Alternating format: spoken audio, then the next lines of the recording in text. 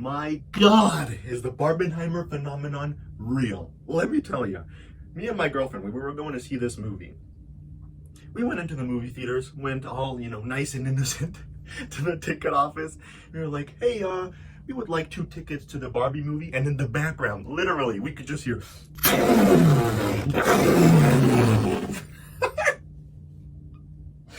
Oh my God. And we were just there all like, acting normal. Yeah, so is that at 6 p.m.? Yeah, well, let's choose our seats. Which seats would you like, honey? Does C, E, and CD, do those work? So, yes, it is very much a thing. Ay, ay, ay. Where to start? By the way, did you notice I dressed up for the occasion? Come on. We gotta celebrate here. Barbie. When did we think we'd get a movie like this? Never. And just focusing on the idea of us actually seeing a Barbie movie. It's amazing. I love the idea of a Barbie just one day waking up, going to do the Barbie things, going to all those dance numbers, being all the Barbie self, and then the idea of a Barbie going like, you ever think about death? And then the whole thing just stops. It's so cool. You have a whole movie about just this perfect little Princess Peach completely leaving societal norms and changing the way she looks at the world, and then having to go find the real person that plays with her into the real world and having the Barbie interact with real people. Like, that sounds amazing. Obviously, this movie is very difficult to talk about, especially because of the era that we live in Hollywood and the themes that it's trying to portray. So as a man sitting here criticizing that work, it can be a bit daunting and already kind of digging my funeral, as I would say. On the one hand, we have men who think this is an attack on their very essence, on their manly beards and their lumberjack shirts. And on the other, it's women saying, this movie, we deserve it. It's putting society in a spotlight and really exposing how masculine it is. But I could sit here all day talking about my manly opinions and how, it was demeaning and blah, blah, blah, like other men. But I'm not here to discuss that. I'm a film guy. I'm a movie guy. I'm not a political, social, whatever they're called person, okay? I'm just here to say, did I like the movie? What did I not like? What did I love? What did I hate? So let's get right to it. Come on! Okay, so let's dive into the positive first, yeah? The first and most obvious of which is, goddamn, the world, is it nice? Greta Gerwig and all the production team, what a fantastic job, legitimately. Obviously, it breathes Barbie. It's all pink, it's colorful, it's nice. The outfits they wear, the way they interact with each other, it was just a joy. The first 30 minutes of this was awesome. You just got to sit back and take in all this Barbiness, and it was a hell of a lot of fun. You just get such a great feel of the Barbie experience. The big hairbrushes and showering without any water, the slides going down, there's so much love behind that. Regardless of what you think of this movie, there's obviously so much attention, love, and detail in all of it. If there's anything hugely positive with this movie, is that it reminded me of the classic good old days of the 1990s to the 2000s, like Mean Girls, Legally Blonde, and it feels like one of those classic movies. It just fits right in. The humor is cartoony, yes, of course. Sometimes it can be a little too cartoony, but overall, we're watching a Barbie movie. Of course, you're gonna have some silliness, some cars exploding and looking like toys, which awesome stuff. And then, of course, brings us to the Kens, who are beaching at the beach, which fantastic stuff. The beaches don't move, it's all part of the play experience of the Barbie, and it's really funny. What can I say? Ken, to me, was the best part of this movie. Why? Because Ryan Gosling. Ryan Gosling. Goodness, it is so nice to have an actor like Ryan Gosling that is known for The Place Beyond the Pines and Blade Runner. And then all of a sudden he's like, Barbie, Ken, and he just aces it. He's able to go from extreme like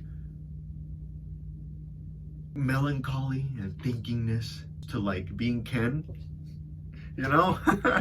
And he just aces it. His comedy timing was awesome. His jokes, just the way they make Ken be Ken is awesome. And it's especially incredible to have a character like that in the posters it was literally like Barbie is a judge, Barbie is a doctor, Barbie is, you know, a policewoman. Of course they don't have a Barbie is an OnlyFans #1 creator. Woo!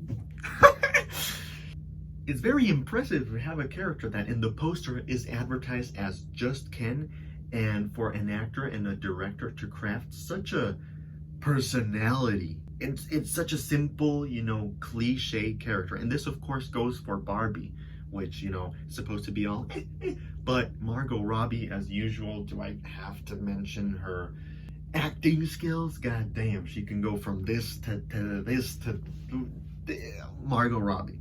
And Ryan Gosling. Come on. And yes, of course, I did go into this movie. I saw the screenshots. I was with everyone in that Ryan Gosling does look considerably older than the rest, especially the rest of the Kens that are in their 20s. And then here comes Ryan Gosling with, you know, the wrinkles. But he's so good. It's like, there's no one that could have done this better. And I'm just so glad he proved everyone that said Ryan Gosling is not a good choice for Ken, he proved y'all wrong, let me tell you. I don't know, did he prove me wrong? I don't think so. He's Ryan Gosling. He always proves people wrong. Yeah, so anyway, the best part for me, Ryan Gosling. Especially humor-wise, his jokes were usually the ones I laughed at the most. There's a lot of jokes in this movie. Most of them that are outside of what Ryan Gosling does kind of fell flat. And I could tell that with the rest of the theater. So, Ken, 10 out of 10. Ken, 10/10. Okay, so now as we move towards the negative, I just want to say that overall, the viewing experience of this movie was very fun. It's a fun movie. My girlfriend, of course, warned me. She was like, oh man, yeah, because this is like pure feminism at its finest, and like, you're gonna feel attacked as a man, and you know, what can I say? I don't particularly love sitting in a movie that I paid for and going, you suck, the movie telling me that, you know, it's like, so I went into this movie expecting a lot of that kind of feminism, but I was very pleasantly surprised to find that I didn't care. You know, it's a Barbie movie. Until the very end, I didn't find the movie to be crazy feminist and against all men. I just sat back, yeah, men are dumb, but you know, it's like Margot Robbie's on screen, yo. Can we just So anyway, now the negatives. Let's get to the down and dirty. What's up? Time to roast this movie. No, I'm just kidding, of course. The biggest negative thing for me of this movie was that, in general sense, it was too much for its own good. For me, I thought it was too long. You could have easily shaven off 20 minutes. It had too many characters, too many themes, a lot of kind of side plots that, I mean, do come back at the end, but it's a lot.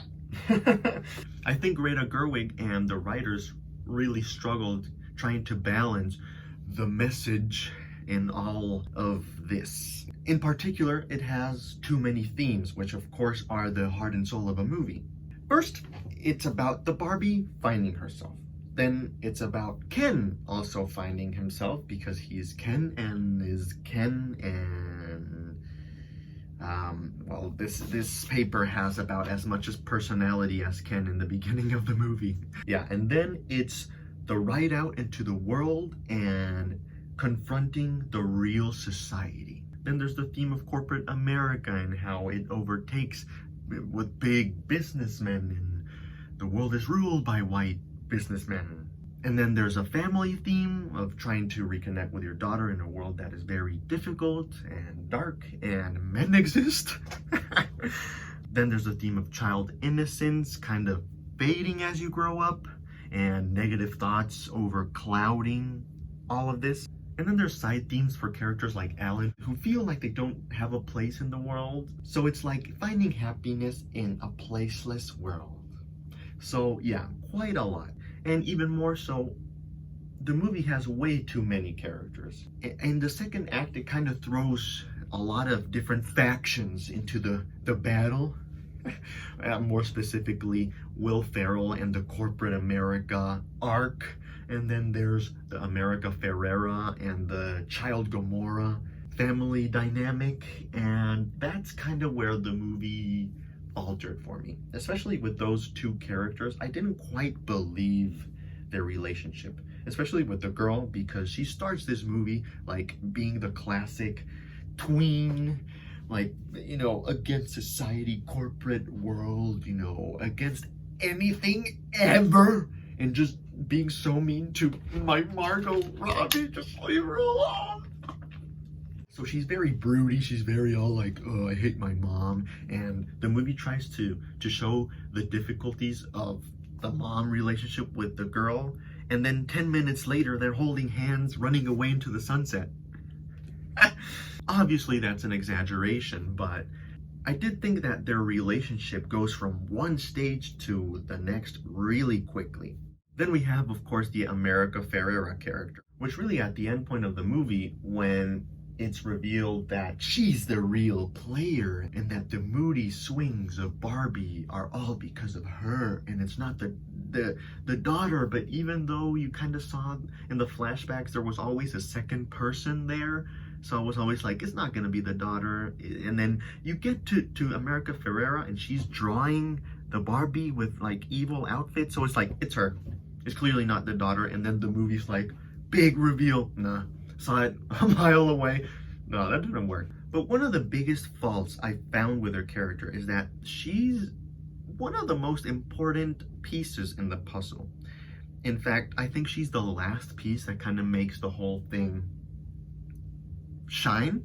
But I feel the way they went was very easy and lazy. It's of course the scene where she's in the crazy Barbie girl and she just starts ranting about how difficult being a woman is and being a mother, and how she can deserve to have a Cheeto day and lay in the couch all day or whatever and still be good enough, you know, whatever. But I feel like that was Greta Gerwig, the director, just literally telling the audience the lesson. Like, you feel she's directly talking to us. And not to say that's bad, but I have a great analogy as an art student that really explains to me why I dislike that and why I think it could have been handled in a much better way. You see, I had this art project in which I had to show a cave painting being destroyed, or a cave being destroyed. I had to make an illustration. And in my first draft that I pitched to my professor, it was the cave, and inside had, with graffiti, the word destruction. So you could see that some people went in there and really destroyed the cave. But my professor saw the word in graffiti, destruction, and he was like, this isn't a bad idea, but is there a way you can show destruction without literally writing the word destruction? And that's why I feel that scene could have been handled a lot better, because it's just telling me that, and I feel that as a movie director and writer, your movie should speak for itself. You shouldn't have to sit there and say, this is the theme, audience, listen to us. Being a woman is difficult. Throughout the movie, you should understand that, and by the end, you should have it clear in your mind, oh my God, this is what they really feel. This is how it really feels to be a woman. But I felt like in that scene, it was like, this is how it feels to be a woman. You feel like crap. You get your periods, you get your blah, blah, blah. And it's like, why can't you just show it in a more intelligent manner? So essentially the classic phrase, show, don't tell. And going back to the movie is too much for its own good. Then we have the whole Will Ferrell arc. Catastrophic! Which I felt they just kept coming in and kind of didn't do anything. I saw the movie about 2 days ago and I don't really remember what was Will Ferrell's point, apart from showing how corporate and male-driven America is. I didn't really see a point to him being there. And I actually thought that this movie is so much, on the way back, just driving, thinking about it, I noticed this movie is so much, it could have easily been spaced out into an entire trilogy. Let me explain. So the first movie, you have the great idea of having a Barbie in a perfect world find herself dysfunctioning and not fitting in. So she has to reconnect with her master or her puppeteer to be able to rekindle her love for herself, to find real beauty and real significance in the world. So you have that story, which I feel that should have been the story of this movie itself. And then you have the whole Ken and Ken world, Ken taking over Barbie land and that being a metaphor towards society. So the second movie, get this, you have Barbie as the main character, but you dive a little more into the Ken character and him finding a personality. Then you get the whole Ken world arc and him taking over the Barbie. You have a different metaphor there. It's not just a metaphor of finding yourself and your personality while trying to reconnect and finding your childhood and your dreams, essentially. You have a completely separate message there. So I feel like that could have been a great second movie. And then the third one, it's both Ken and Barbie going into the outside world to confront and end the corporate Barbie-ness. You could end the movie with them, bringing down Will Ferrell, of course, in a funny way, because, it's lighthearted. And then starting to release what the products that Barbie really should have been. Essentially, Barbies of every race, every, gender, every pronoun, whatever. And yeah, you end the movie with the audience, instead of associating Barbie with all these beauty norms, you now have them associating through the movie with an expression of everyone and a love for self-expression and having a way to connect with that. So you had a whole trilogy there, but you all put it in one movie, and there's Barbie going out to the real world. Then there's the Ken thing, finding himself, Ken coming back, Ken world. And then you have an entire battle at the end, and it's all the Barbie takeover while also trying to fight the corporate America. And then there's the family thing that is thrown in there and showing the masculinity and trying to be proud of yourself as a woman, no matter what you are. You see where I'm going? This is so much. So, trilogy. This would have been better than The Lord of the Rings. Anyway, so that's about the biggest flaw I found in this movie. Of course, I have a lot of nitpicks, and in the future, I plan to make a separate video where I go much deeper into another flaw that I found, but it's not worth mentioning for a review. And ladies and gentlemen, that's Barbie. That's about all I have to say, apart from that second video that I will hopefully release in, maybe a month or two. That's about it. Yeah. Yes, the movie does bring down men. Yes, the movie, it takes up women, but it's a Barbie movie. What did you expect? Did you really expect to see a bunch of lumberjacking men lifting and Arnold Schwarzenegger?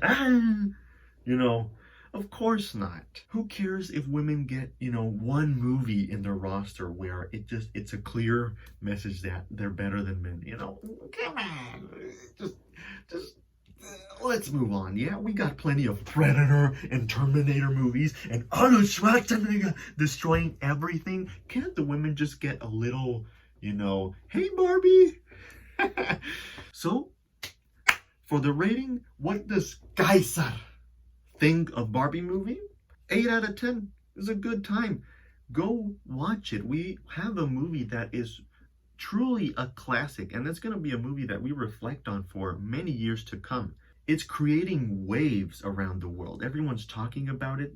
So go and see it, experience it for yourself. And let me know what you think in the comments down below. Don't roast me. And yeah, I will catch you on the flippity flip as we continue the legend of Barbenheimer and Oppenheimer. Bye bye.